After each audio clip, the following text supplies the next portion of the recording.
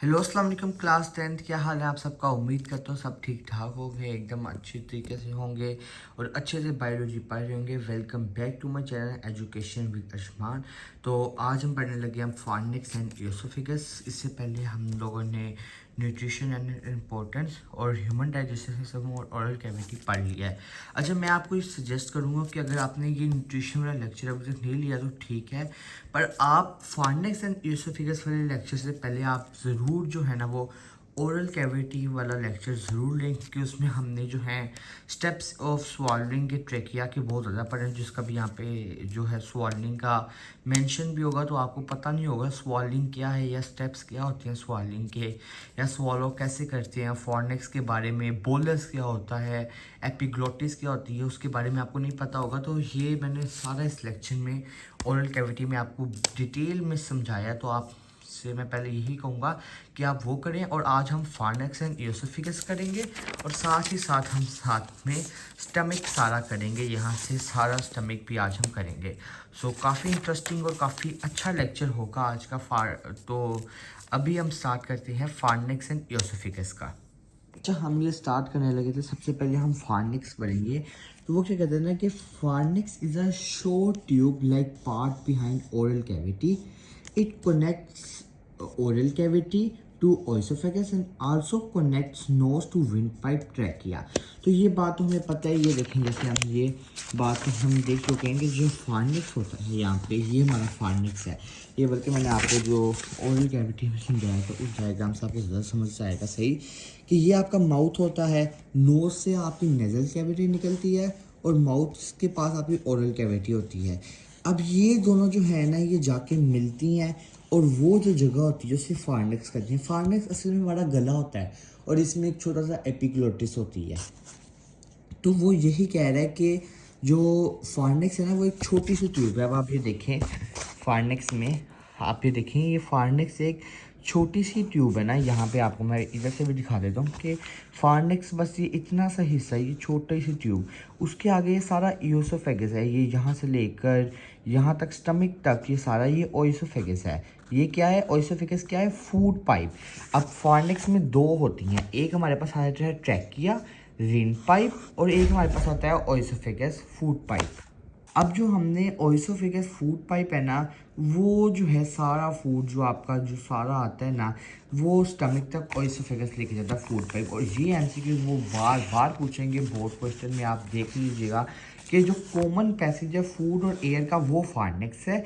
लेकिन अगर वो किसी एमसीक्यूज में पूछ ले कॉमन पैसेज ऑफ एयर, वो आप कहेंगे ट्रैकिया। ट्रैकिया आपने मार्क कर देना है। अगर वो कोई कॉमन पैसेज ऑफ फूड, तब आपने ओइसोफेगस करना है। लेकिन जब आप वो कॉमन पैसेज फूड एयर दोनों का कहे, तब वो हमें पता है कि वो है फार्निक्स हमारा गला। तो वो यही कहता है कि फार्निक्स एक शॉर्ट सी ट्यूब है जो ओरल कैविटी के पीछे होती है, ठीक है। It connects oral cavity to oesophagus. वो कहते हैं कि ये ओरल कैविटी को ईसोफेगस से कनेक्ट करती है, बिल्कुल ठीक कह रहा है। And also connect nose to windpipe, और नोज को विंड पाइप जो ट्रैकिया उससे भी कनेक्ट करती है। तो वो बिल्कुल ठीक कह रहा है कि फार्निक्स ये देखें ईसोफेगस को भी से भी कनेक्ट करती है और ये विंड पाइप जो है ट्रैकिया से भी कनेक्ट करती है। तो ये तो उसने बात ठीक कही है। अब वो आगे कहता है the process of chemical digestion that started in oral cavity continues hair.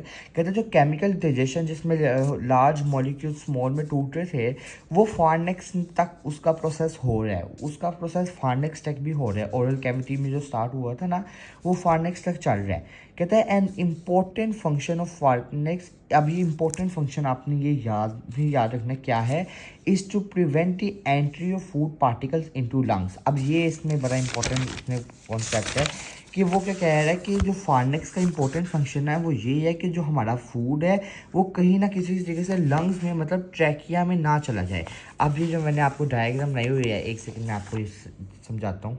ये देखिए, मैं आप ये डायग्राम मैंने वापस नहीं लिया था कि आप क्लियर समझ आए। अब यहाँ पे हमारे पास नोज़ के पीछे समझे नोज़ है, इसके साथ होती है हमारे पास नेजल कैविटी और माउथ के पास हमारे पास होती है ओरल कैविटी। अब जो है ना ये नेजल कैविटी इसने आके मिल जाना है ओरल कैविटी के साथ, ठीक है, एक जगह पर। और ठीक है, और जब ये जगह मिलेगी तो ये जो छोटी सी ट्यूब है ना, ये छोटी सी ट्यूब इसे हम कहते हैं फेर्नेक्स। ये छोटी सी ट्यूब है। अब अच्छा, इस फेर्नेक्स से आपकी जो है ना आगे निकलनी है यहाँ से आपकी दो ब्रांचेस निकलने हैं, एक आपकी ट्रैकिया निकलनी है मतलब यहाँ से, और एक आपकी यहाँ से निकलनी है ओएसोफेगस। एक आपका विंड पाइप होना है, वो निकलना है जो कि है आपका ट्रैकिया, और एक आपका इसमें निकलना है जो है फूड पाइप, इसमें आपका एक निकलना है जो कि है ओएसोफेगस, ठीक है, जो वो ओएसोफेगस है। अब वो क्या कह रहे हैं ना कि फार्नेक्स ने क्या करना है ना, मेन फंक्शन जहाँ पे आपका होता है एपिग्लोटिस, ये आप समझे, मैंने एपिग्लोटिस ना दिया आपका गले में, आपके फार्नेक्स में आपका एपिग्लोटिस होता है ना। तो वो कह रहा है फार्नेक्स ने क्या करना है ना कि जो फूड है जो आपका ओरल कैविटी से, ये समझा आपका फूड आया, फूड एंटर हुआ है, इसने ट्रैकिया विंड पाइप में नहीं जाना, विंड पाइप में गया लंग्स में अगर चला गया तो वो तो हम मर जाएंगे उसी टाइम। तो इसने क्या करना है ना, जो एपिग्लोटिस होगा ना, वो जब हम ट्रैकिया मूव अप करेगा, ये मैं आपको आगे की बात बता रहा हूँ, आगे ये लिखा हुआ सारा कि जब ट्रैकिया मूव अप करेगा ना तो ये एपिग्लोटिस इस जगह पे आके इसको बंद कर देगा, तो जो भी हमारा सारा फूड है वो यहाँ पे फूड पाइप ओएसोफेगस में आ जाएगा। तो फार्नेक्स का मेन फंक्शन जो हमने उसने बताया है वो यही है कि फार्नेक्स ने क्या करना है, उसने उसका मेन फंक्शन यही है कि entry of food particles into lungs, मतलब जो हमारा ट्रैकिया है उसमें जाने से रोकना है। कहता है it is done with the help of N elastic cartilage tissue called epiglottis, जो मैंने आपको ये समझा दिया सारा कुछ।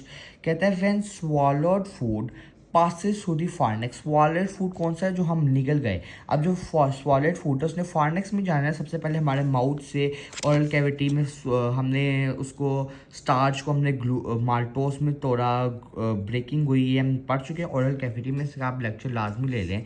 उसके बाद क्या हुआ, उसने स्वॉलो हुआ तो उसने जाना है फॉर्नेक्स में। तो वो कहता है कि when swallowed food passes through the pharynx से पास होगा ना, the top of trachea windpipe is pushed up against epiglottis, जो कि आपको मैं बात बता चुका हूँ कि जब स्वॉलोड फूड जो है आपका फाड़ने से गुजरेगा ना, तो ये जो विंड पाइप है ट्रैकिया है, ये हल्की सी आपकी अपवर्ड की तरफ मूव करेगी। इससे क्या होगा ना, जो आपका एपिग्लोटिस है वो पीछे आएगा, वो इसको बंद कर देगा ट्रैकिया को। उससे क्या होगा, आपका फूड जो है वो आपका बोलस फूड जो आपका वो ब्रेक होता है ना, उसको बोलस कहते हैं। आपका बोलस जो है वो इधर से इजीली गुजर जाएगा ओएसोफेगस से। तो वो कहता है in this way the opening of trachea, opening जो ट्रैकिया की होगी वो क्लोज हो जाएगी, and the swallowed food passes over it, और स्वॉलर्ड फूड जो है वो पास हो जाएगा कहाँ पे, ओएसोफेगस में। तो ये हमने फार्नेक्स के बारे में पढ़ लिया। अब हम पढ़ते हैं ओएसोफेगस में। वो कहता है ओएसोफेगस is a long tube about 25 centimetre long. ये बात आपने लाजमी याद रखना है कि 25 सेंटीमीटर लॉन्ग ट्यूब है ओएसोफेगस। ये देखें ओएसोफेगस, जैसे मैंने आपको बताया था फार्नेक्स तो ये बस थोड़ा सा हिस्सा होता है गला वाला, बाकी यहाँ से लेकर यहाँ तक ये देखें कितनी लंबी है। अब ये हमारी जो फिंगर है ये जो है तो है ना, ये हमारा 2 सेंटीमीटर होता है, तो फिर उसके हिसाब से आप देख लें फार्नेक्स कितनी लंबी ट्यूब है। तो कहता है फार्नेक्स लॉन्ग ट्यूब है ओएसोफेगस का, और इसने क्या करना है, कनेक्ट क्या करना है, इसने फार्नेक्स को स्टमक से कनेक्ट करना है। बिल्कुल ठीक कह रहा है, ये देखिए फार्नेक्स को यहाँ से स्टमक में ये कनेक्शन हो रही है, तो ये ओएसोफेगस ने करना है। अब यहाँ पे हम एक करेंगे पेरिस्टेल्सिस। ये आपका इम्पोर्टेंट शॉर्ट क्वेश्चन है, ये आपसे बोर्ड के में भी पूछा जाएगा पेरिस्टेल्सिस का। तो वो कहता है कि व्हेन फूड एंटर्स ओएसोफेगस में, जब फूड एंटर होता है ना तब क्या होता है। अब देखें हमारे जो फूड है ना, ये मैं आपको पहले भी बताया था, हमारे जो है ना यहाँ पे 3 होती हैं। जैसे ये हमारा फूड पाइप है समझे, अब यहाँ पे 3 होती हैं। एक हमारे पास फर्स्ट होती है म्यूकस, ठीक है, उसमें एपिडर्मिस लगा होता है। फिर सेकंड हमारे पास होती है ये ब्लड वेजल्स टाइप के लिए, ब्लड वेजल्स वगैरह, और थर्ड हमारे पास होती है ये मसल कॉन्ट्रैक्शन, और उसके बाद फिर एपिडर्मल लगा होता है। अब जो मसल्स होते हैं ना, मसल्स इनका काम होता है कॉन्ट्रैक्शन और रिलैक्सेशन का, मसल्स का काम ये होता है। अब वो क्या करेगा ना, यहाँ पे आपकी जो बुक में बहुत अच्छी डायग्राम उन्होंने समझाई हुई है, यहाँ से मैं आपको सारा समझाता हूँ कि वो क्या कह रहा है कि जो फार्नेक्स है ना उसने क्या करना है ना, जब फूड ने ओएसोफेगस में एंटर होना है तो जो मसल्स होंगे ना, मसल्स जो होंगे उन्होंने कॉन्ट्रैक्शन करने लग जानी है। पहले जैसे समझो, अब आपने एपिग्लोटिस से यहाँ से आपका ओरल कैविटी से फूड आया, ये बोलस आपका फूड है, ये इधर से गुजर गया फाड़ने से, उन्होंने जल्दी जल्दी कॉन्ट्रैक्शन कर लेनी है और अब ये जगह क्लोज हो जानी है, तो ये वापस बोलस ऊपर नहीं जा सकता। इसी तरीके से फिर वापस से ये बोलस मूव करेगा तो यहाँ पे आएगा, तो यहाँ पे देखें फिर मसल कॉन्ट्रैक्शन हुई है तो ये बंद हो गया, अब फूड वापस से ऊपर नहीं जा सकता। उसके बाद ये फिर से आया और अब ये स्टमक में चला गया और यहाँ पे फिर मसल कॉन्ट्रैक्शन हो गई है, वो जल्दी जल्दी बंद हो गए हैं तो फूड ऊपर नहीं जा सकता। तो ये जो वेव्स हो रही हैं, वेव लाइक जो मसल कॉन्ट्रैक्शन है, इसे हम पेरिस्टाल्सिस कहते हैं। तो बहुत ईजी है, जो कहता है कि when food enters oesophagus successive waves of contraction are generated in its muscle cells. वही बात फिर कहता है these waves of contraction move food along the oesophagus to the stomach. अब ये वेव्स कर क्या रही हैं, यही कर रही है ना कि जो हमारा बोलस है, हमारा फूड है, वो स्टमक तक पहुंचा रही है, मतलब कॉन्ट्रैक्शन कर करके स्टमक तक पहुंचा रही हैं।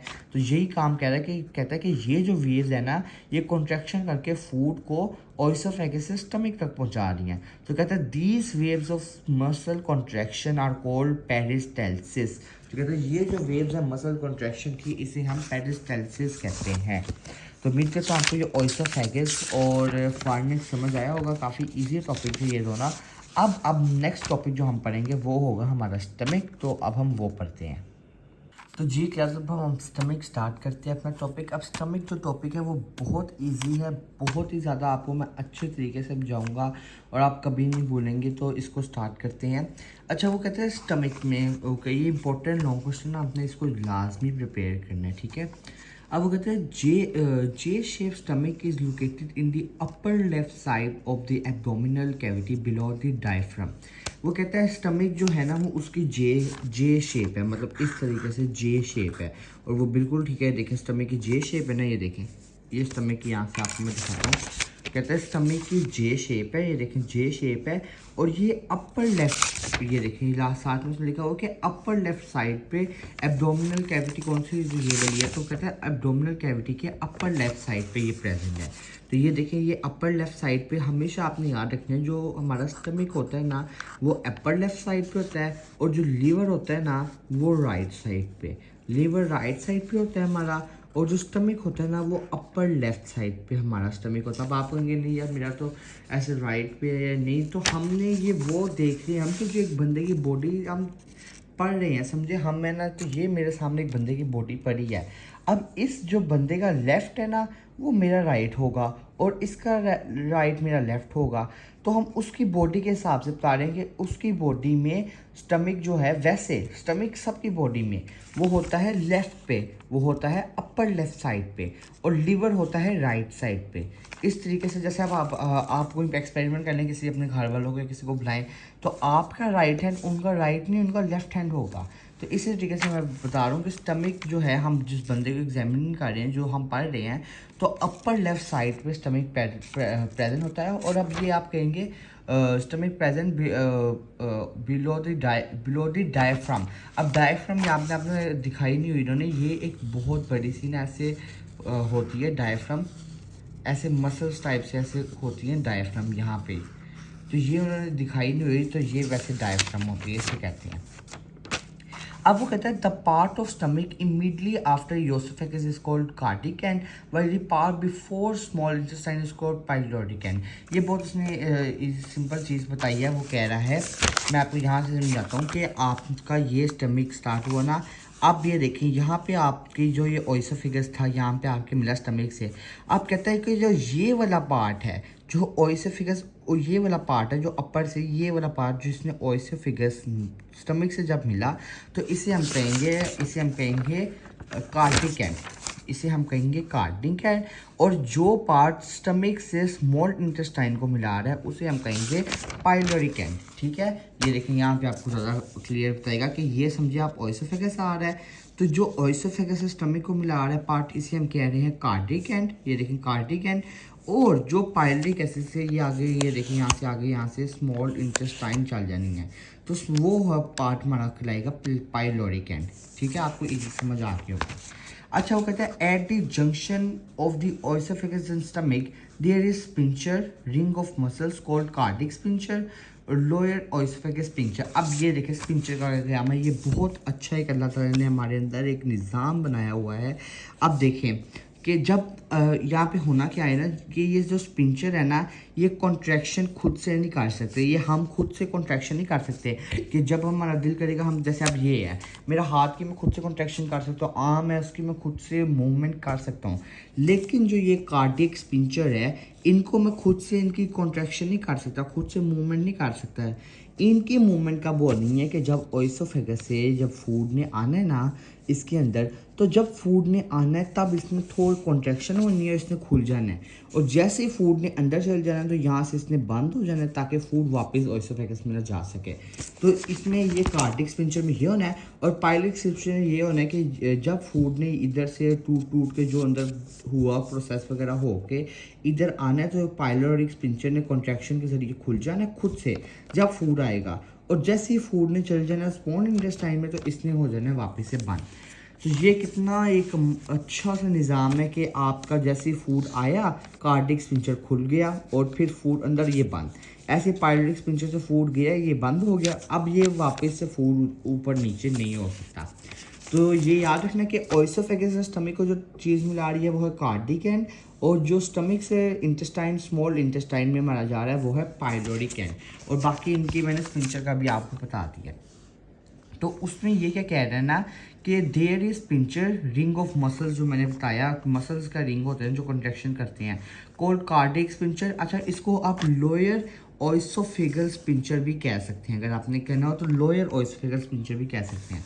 कहता है it prevents food from flowing back from stomach into the oesophagus. तो यही मैंने आपको चीज़ समझाई है कि वो क्या करेगा, फूड को वापस स्टमक से ओइसोफेगस में वापस जाने से रोकेगा, बंद हो जाएगा फिर से, तो वो इस चीज़ में मदद करेगा।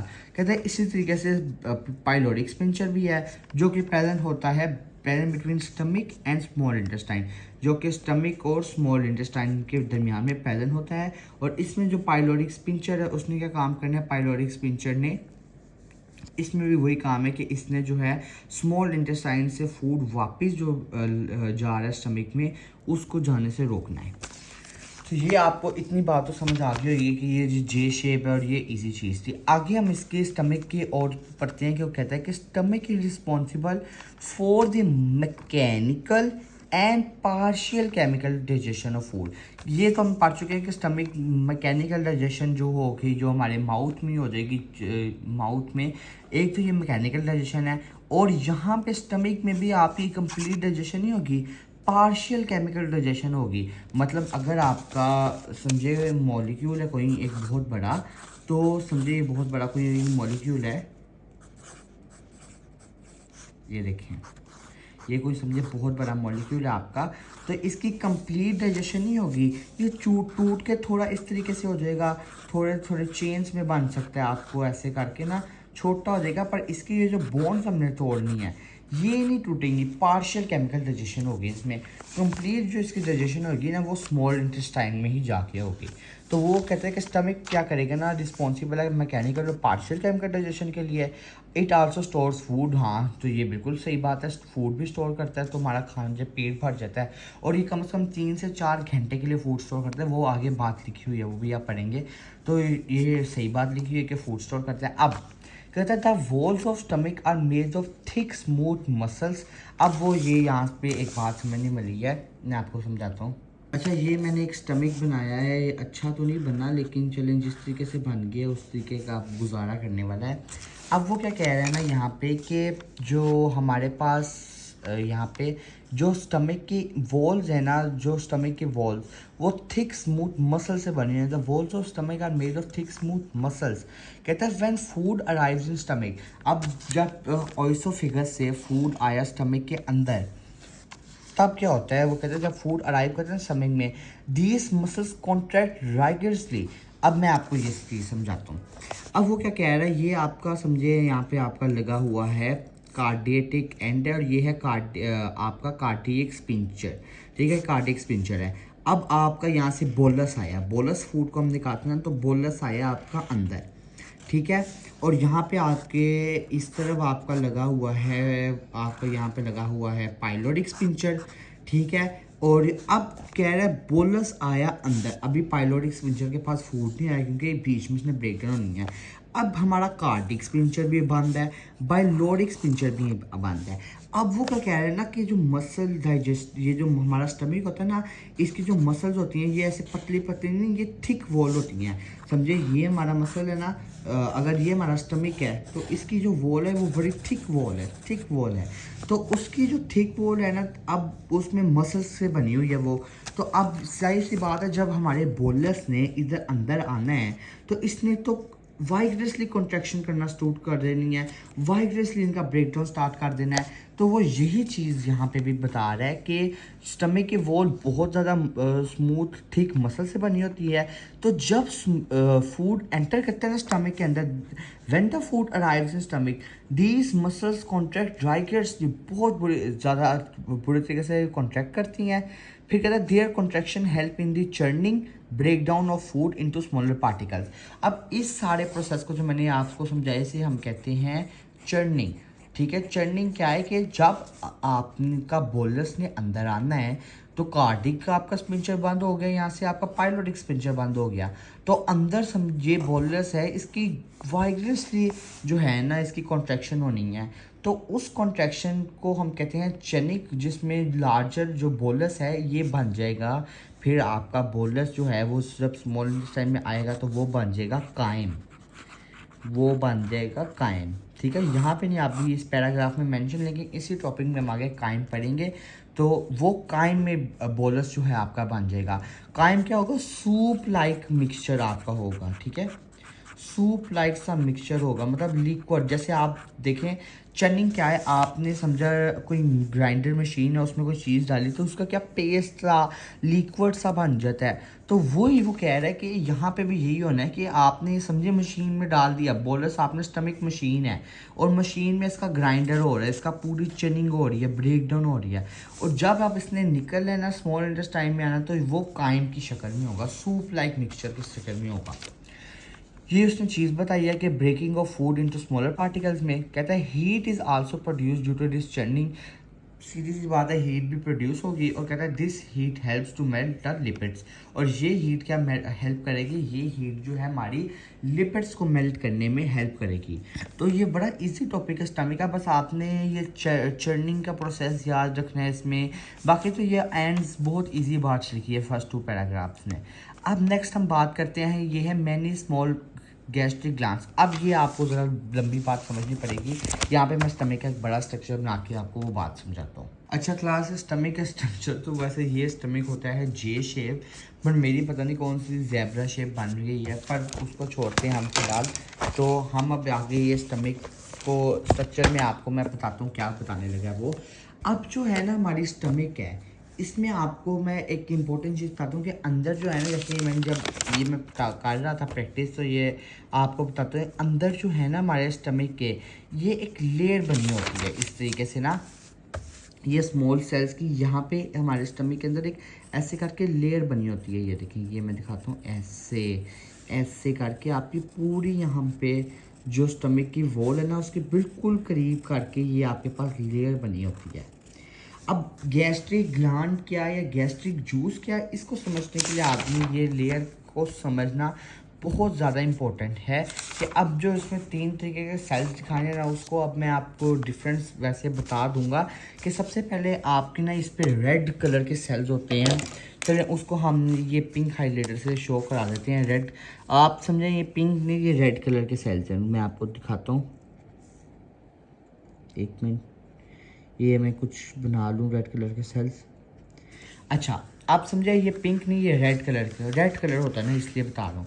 अब ये रेड कलर के सेल्स जो होते हैं ना, ये देखें इनका क्या काम होता है, इन्होंने म्यूकस सिक्रीटिंग सेल्स होती हैं, इन्होंने म्यूकस सिक्रिएट करना होता है। ठीक है, जो ये रेड कलर के सेल्स होते हैं ना, इन्होंने ये म्यूकस सिक्रिएटिंग सेल्स होते हैं। ठीक है, म्यूकस सिक्रिएटिंग सेल्स होते हैं, इन्होंने म्यूकस सिक्रिएट करना होता है, इन्होंने क्या म्यूकस सिक्रिएट करना होता है। यहाँ पे हमारे पास सेल्स होते हैं और ये यहाँ ना म्यूकस सिक्रिएटिंग सेल्स, ये तो क्या करते हैं, म्यूकस सिक्रिएट कर करके ना यहाँ पे एक स्ट्रॉन्ग सी एक ना म्यूकस की लेयर बना देते हैं। और ये इसी तरीके से इधर भी जो है ना इसी तरीके से एक स्ट्रॉन्ग सी, आप समझ लें, म्यूकस की लेयर बना देंगे। दोनों तरफ जो है ना ये स्ट्रॉन्ग सी एक म्यूकस की लेयर बना देंगे। ये आप समझ लें म्यूकस की लेयर बन गई। अब जो है ना ये हमारे जो रेड कलर के सेल्स होते हैं ना, ये तो होते हैं म्यूकस सेल्स। इन्होंने म्यूकस सिक्रेटिंग सेल्स होते हैं, इन्होंने म्यूकस करना होता है। अब एक हमारे यहाँ पे होते हैं उसी के साथ ग्रीन सेल्स। अब ग्रीन सेल्स को मैं ऑरेंज से शो कर रहा हूँ, आपने इसको ग्रीन समझना है। तो ये हमारे पास हो गए ग्रीन सेल्स, ये देखिए। अच्छा, ये हमारे पास हम ग्रीन सेल्स आ गए हैं। अब आपकी बुक में जो है ना इनके नेम तो नहीं लिखे मेंशन, लेकिन आपने याद करने हो तो देखें, तो इनको हम कहते हैं ऑक्जेटिक। इन्हें हम कहते हैं, जो ये वाले सेल्स होती हैं ना, इन्हें हम कहते हैं ऑक्जेटिक। और इनका क्या काम होता है, इनमें होता है HCl, जो हमारे पास तेजाब होता है, हाइड्रोक्लोरिक एसिड, HCl, बहुत इंपॉर्टेंट फंक्शन है इसके क्लास। तो ये ऑक्जेटिक, इसमें एक हमारे पास आए रेड कलर के सेल्स जो म्यूकस सिक्रेटिंग सेल्स हैं, जिन्होंने म्यूकस देना है। फिर एक ये ग्रीन कलर के सेल्स हैं, ये ऑरेंज मेरे पास है इस टाइम ये, तो वैसे ये ग्रीन सेल्स हैं जो है ऑक्जेटिक, जिन्होंने HCl की सिक्रेशन, जिन्होंने HCl देना है। उसके बाद जो है ना हमारे पास यहाँ पे एक और है ब्लैक कलर के सेल्स, वो मैं आपको दिखाता हूँ। ये देखें, ये हमारे पास जो है ना ब्लैक कलर के सेल्स हैं। अब ये क्या होना है, इनका नाम होता है हमारे पास चीफ, और ये जो है ना पेप्साइनोजन जो है वो देते हैं। इनका जो वैसे नाम है, आपको नाम वैसे आपकी बुक में मेंशन नहीं है, मैं आपको वैसे जनरल नॉलेज के लिए बता रहा हूँ। लेकिन अगर आपने नाम याद करने तो कर सकते हैं, वैसे आपको ज़रूरत नहीं है। लेकिन ये चीज़ आपको याद होनी चाहिए कि जो आपके रेड सेल्स हैं वो म्यूकस है, म्यूकस दे रहे हैं। आपके जो ग्रीन सेल्स हैं वो HCl दे रहे हैं, और आपके जो ब्लैक सेल्स हैं वो पेप्साइनोजन दे रहे हैं, जो कि इनके मैंने बाकी नेम्स भी लिखे हैं। अब जो म्यूकस सेल्स हैं वो हमने जैसे बताया मैंने कि एक म्यूकस की थिक लेयर फॉर्म कर देंगे, ठीक है, एक म्यूकस की थिक लेयर सी आपको बना देंगे। तो ये क्या करेगा यहाँ पे, अभी हम यहाँ पे आगे जाके हम ये पढ़ेंगे, इसमें जो मैं आपको पूरा समझा रहा हूँ आगे तक सारा टॉपिक।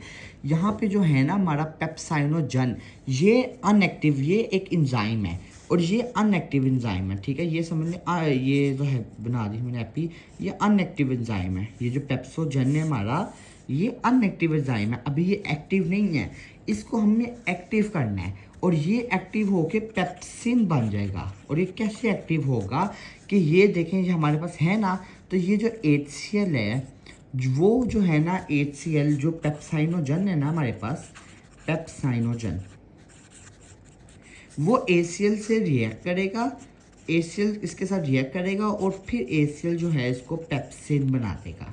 तो ये हमारे पास प्रोसेस होगा पेप्सिन बनाने का, कि ये जो HCl है यहाँ पे आपके पास पेप्साइनोजन होगा, इनकी आपस में रिएक्शन होगा, और ये जो है इसको पेप्सिन बना देगा, ठीक है। और इसको अब जो है गैस्ट्रिक जूस, तो इन तीनों सेल्स को म्यूकस, HCl और पेप्साइनोजन, इनको टोटल को इनको कहते हैं हम गैस्ट्रिक जूस। ये असल है हमारे पास गैस्ट्रिक जूस। ये 3 सेल्स हैं ना हमारे पास, इन्हें हम कहते हैं गैस्ट्रिक जूस। और ये जो है गैस्ट्रिक ग्लैंड्स, ग्लैंड्स क्या होता है ना, ग्लैंड्स का मतलब होता है, समझो कोई भी जगह सिक्रीशन हो रही है उसे ग्लैंड्स कहेंगे। ग्लैंड्स का मतलब होता है सिक्रीशन। तो स्टमक की ग्लैंड्स को हम कहेंगे, स्टमक गैस्ट्रिक होता है तो स्टमक की ग्लैंड्स को हम कहेंगे गैस्ट्रिक ग्लैंड्स। स्टमक की ग्लैंड्स को हम कहेंगे गैस्ट्रिक ग्लैंड्स। गैस्ट्रिक ग्लैंड्स, ये जो स्ट्रक्चर है सारा, ये गैस्ट्रिक ग्लैंड्स हैं। और ये जो उनका अंदर ये जो 3 सेल्स हैं, म्यूकस, पेप्साइनोजन और HCl, ये है गैस्ट्रिक जूस। तो ग्लैंड्स आपने याद रखना, कहीं भी सिक्रीशन हो रहा है कहीं पे छोटे से बड़ा का, तो उसको ग्लैंड्स कहेंगे। बस स्टमक की जो ग्लैंड्स हैं उनको हम गैस्ट्रिक ग्लैंड्स कहेंगे। अब मैंने आपको पूरा टॉपिक एक्सप्लेन कर दिया, आगे आपकी पूरी बुक में यही मेंशन है। ये देखें मैनी स्मॉल्स, ये देखें ये स्मॉल है ना, छोटी छोटी इनकी बॉडीज़ हैं, ये स्मॉल गैस्ट्रिक ग्लैंड्स जो कह रहा है अभी, ये छोटी छोटी बॉडीज़ हैं। तो वो यही कह रहा है कि many small gastric glands present in the inner wall of stomach. ये आपने याद रखना कि ये बाहर की तरफ प्रेजेंट नहीं है गैस्ट्रिक ग्लैंड्स, बाहर की तरफ ना, क्रॉस, ये देखें इनर साइड की तरफ प्रेजेंट है गैस्ट्रिक ग्लैंड्स। तो वो यही कह रहे हैं कि इनर साइड की तरफ, इनर वॉल्स में स्टमक के गैस्ट्रिक ग्लैंड्स प्रेजेंट है, जो कि सिक्रीट करती हैं गैस्ट्रिक जूस। और गैस्ट्रिक जूस में 3 चीज़ें होती हैं, चीफ होता है, ऑक्जेटिक होता है, और म्यूकस सिक्रीटिंग सेल्स। मतलब हमारे पास सिंपल हम कहें तो म्यूकस, HCl और पेप्साइनोजन होता है हमारे पास। अब वो कहता है, ये आगे यही चीज़ वो बताने लगा कि it contains hydrochloric acid, and inactive enzyme, क्या लिखा है इनएक्टिव, जो मैंने आपको बताया है एंजाइम पेप्साइनोजन, और एंड म्यूकस, और म्यूकस होता है, ये इसने चीज़ बता भी दी है। अच्छा, अब वो कहता है कि हाइड्रोक्लोरिक एसिड जो है ना वो converts pepsinogen into an active enzyme pepsin. Hydrochloric enzyme जो एसिड है वो पेप्साइनोजन को पेप्सिन में कन्वर्ट करेगा, इनका रिएक्शन होगा। अब आगे पेप्सिन ने भी एक काम करना, उसने जो है ना लार्ज प्रोटीन मॉलिक्यूल को छोटे में तोड़ना है, जो कि पेप्टाइड्स होगा। आप प्रोटीन्स के मॉलिक्यूल्स कितने बड़े बड़े होते हैं, मतलब पूरी उनके इतने ज़्यादा बने होते हैं, प्रोटीन के मॉलिक्यूल ये प्रोटीन के मॉलिक्यूल चल रहे हैं, जाते जा रहे हैं, प्रोटीन के मॉलिक्यूल। इधर क्या करना है ना, जो पेप्सिन होगा ना, पेप्सिन उसने जो है इनको लार्ज मॉलिक्यूल्स को तोड़ना है और चेन्स बना देनी है इनकी। मतलब अभी भी ये कंप्लीट तरीके से नहीं टूटे, अभी भी इनकी कंप्लीट कॉन्ट्रैक्शन नहीं हुई, लेकिन छोटे हो जाएंगे। ये बात है कि ये देखिए इनके ऐसे चेन्स ही बन जाएगी इस तरीके से। तो पेप्सिन क्या करेगा ना, इनके लार्ज मॉलिक्यूल्स को तोड़ेगा चेन्स की सूरत में, जिसको हम पेप्टाइड्स कहेंगे। प्रोटीन्स के मॉलिक्यूल्स को बना देगा वो पेप्टाइड्स। वो ये यही कह रहा है कि pepsin breaks large proteins into shorter chains of amino acids की कोल्ड पेप्टाइड्स। अब हमें पता प्रोटीन्स अमीनो एसिड्स से बनी है, तो वो अमीनो एसिड्स के अब ये एक एक बॉन्ड नहीं टूटी इसमें अभी बस ये चेन बनी है, जो प्रॉपर इसकी जो अभी क्योंकि पार्शियल केमिकल डाइजेशन हो रही है स्टमक में, जो प्रॉपर इसकी डाइजेशन होगी जिसमें इसकी एक एक बॉन्ड टूटेगी, वो होगी हमारी स्मॉल इंटेस्टाइन में। और ये भी आपने याद रखना, जैसे कि हमारे पास अब ये जो प्रोटीन की आप देख रहे हैं ना, इसमें टूट फूट हो रही है, तो हमारे पास जैसे ओरल कैविटी में कार्बोहाइड्रेट की डाइजेशन होती है, इसी तरीके से स्टमक में सिर्फ हमारी प्रोटीन की डाइजेशन होती है। ठीक है, अब आगे वो कह रहा है कि hydrochloric acid also kills pathogenic bacteria present in food, क्योंकि हम जो चीज़ खाते हैं वो हम भाई इतनी तो अच्छी होती नहीं है कि बिल्कुल अच्छी हो खाने के लिए। तो वो यही कह रहा है कि हाइड्रोक्लोरिक एसिड जो है ना वो जो भी बैक्टीरिया वगैरह होते हैं ना उनको भी मारता है। ये देखें, ये कितनी इसने बात इंपॉर्टेंट लिखी है कि जो stomachs HCl is so strong that it can dissolve metal, but your stomach is protected by thick mucus lining that keeps it safe from its own acid। अब ये क्या चीज़ है ना, अब ये मैंने आपको बताना भूल गया मैं कि म्यूकस जो है ना, म्यूकस की वजह से ये स्लाइवरी ग्लैंड्स, ये जो ग्लैंड्स है ये प्रोटेक्टेड हैं। अगर म्यूकस ना हो, समझे आप, ये समझे ये म्यूकस की यहाँ पे ये म्यूकस की यहाँ पे लेयर नहीं है। ठीक है, यहाँ पे आपके एक सेकेंड, यहाँ पे आपके पास म्यूकस की लेयर नहीं है। अब जहाँ पे म्यूकस की लेयर नहीं है तो वो तो HCl और पेप्सिनाइजन वो तो इधर जाके मिल जाएंगे सेल्स में, और ये सेल्स तो मरना शुरू हो जाएंगे, सेल्स तो मर जाएंगे। यहाँ पे जो भी सेल्स प्रेजेंट होंगे यहाँ पे सेल्स प्रेजेंट हो जाएंगे ना, तो वो सब तो मर जाएंगे, जिससे हमारी स्टमक ही ख़राब हो जाएगी। तो ये अल्लाह ने क्या अच्छा निज़ाम बनाया हुआ कि यहाँ पे एक म्यूकस की जो लेयर प्रोटेक्टिव बन जाती है ना, वो HCl का जो हार्मफुल जो इसका होता है, इसका आप वो क्या कहते हैं, इसका जो वो यार मैं जो वो वर्ड नहीं आ रहा है, इसका तेज़ाब वाला इफ़ेक्ट होता है, जो इसके अंदर पॉइजनस इफ़ेक्ट होता है, वो इसके साथ रिपेल करके इसके HCl के स्टमक के रिजल्ट को ही ख़त्म कर देता है। उसने यही चीज़ कहा है ना कि but your stomach is protected thick mucus lining से that keeps it safe from its own acid, जो कि HCl से खुद के एसिड से स्ट्रॉन्ग सेफ रखता है। ये पैराग्राफ भी हमने पढ़ लिया। गैस्ट्रिक जूस और गैस्ट्रिक ग्लैंड को हमने इसमें डिटेल से पढ़ा है और काफ़ी इजी कॉन्सेप्ट था ये। आपको स्टमक मैंने ऐसा समझा दिया ना, आज क्या कभी भूलेंगे नहीं, बस आप इसको एक बार रिवाइज कर लीजिएगा और आपको कॉन्सेप्ट कभी नहीं भूलेगा। अब आगे उसने वो सारी वही बातें कर रहा है जो हम सारी कर चुके हैं, तो हम बुक से पढ़ लेते हैं क्योंकि एट द एंड हमने बुक की वर्डिंग ही लिखनी है। तो वो कहता है the mucus forms a protective layer on the inner walls of stomach where it neutralises the HCl। तो वो सही कह रहा है कि म्यूकस जो है वो एक लेयर फॉर्म करती है और HCl इसके साथ जाके जब लगता है तो वो न्यूट्रलाइज ही कर देती है HCl को। आगे वो कहता है कि so pepsinogen can not be activated and the walls are protected from break down.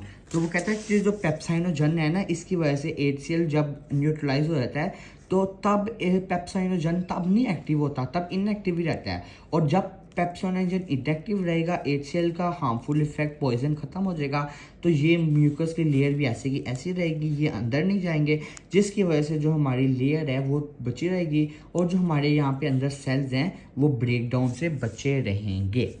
ये बात उसने कही है। बस आगे हम आगे कर लेते हैं। आगे उसने सिंपल लिखा हुआ है कि from usually food usually remains in stomach for 3 to 4 hours. ठीक है, 3 से 4 घंटे के लिए फूड रहता है। कहता है due to the actions in stomach the food becomes a soup like mixture called chyme. ये देखें, काइम में आपको पढ़ा चुका हूँ, बता चुका हूँ कि काइम में इसने कन्वर्ट हो जाना। पहले ही जब चर्निंग का प्रोसेस हुआ था हमारे पास, तो जो बोल था हमारा फूड, जो बोल था वो काइम में कनेक्ट चेंज हो गया। कहता है the pyloric sphincter controls the flow of chyme. तो ये बिल्कुल सही कह रहे हैं कि पाइलोरिक स्पिंचर है, उससे ही जो आप इसने स्मॉल इंटेस्टाइन में जाना है तो सारा काइम का कंट्रोल उसके पास ही होता है। कहता है each time the pyloric sphincter open. कहता है जब जब पाइलोरिक स्पिंटर ओपन होता है ना, about 5 to 15 ml of chyme moves into the small intestine।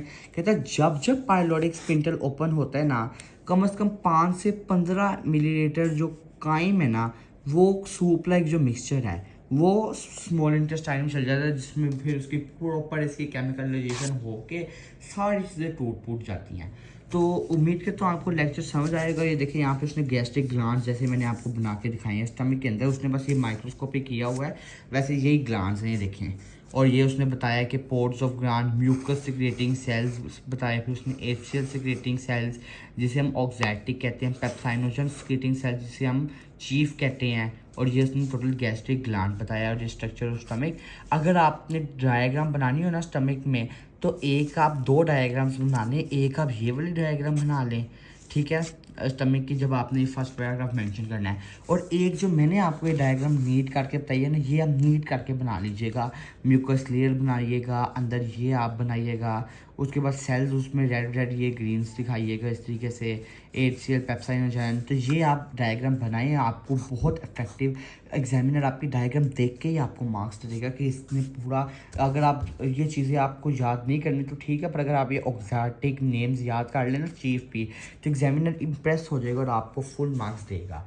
सो ये हमारा प्रॉपर पूरा लेक्चर था हमारा स्टमक का, फॉर्निक्स का और यूसोफेगस का। तो उम्मीद करता हूँ आपको लेक्चर मेरा समझ आया होगा। इसमें हमने बहुत सिंपली से गैस्ट्रिक जूस तो आपकी कभी जान नहीं छोड़ेगा। अगर आपने बायो रखनी है तो गैस्ट्रिक जूस तो आपकी पूरी ज़िंदगी साथ रहेगा। तो आपको ये स्टमक का लेक्चर तो आपको हर जगह ही काम करेगा। आपको इजी था, हमने चेनिंग पढ़ी, इसमें क्या स्टमक में कैसे टूटती हैं, इसमें पार्शियल केमिकल रिजेक्शन हो रही है, पेप्सिन, पेप्टाइडोगन, म्यूकस क्या क्या कार्य है, तो हमने एक पूरा डिटेल में इसको हमने पढ़ लिया है। तो उम्मीद करता हूँ आपको लेक्चर अच्छा लगा होगा। अच्छा लगा तो वीडियो को लाइक और शेयर लाजमी कीजिए, चैनल को सब्सक्राइब कीजिए। नेक्स्ट हम अब स्मॉल इंटेस्टाइन पढ़ेंगे नेक्स्ट लेक्चर में। तो अब हम अगले नेक्स्ट लेक्चर में आपसे मिलेंगे स्मॉल इंटेस्टाइन के। तब तक के लिए अल्लाह हाफिज़।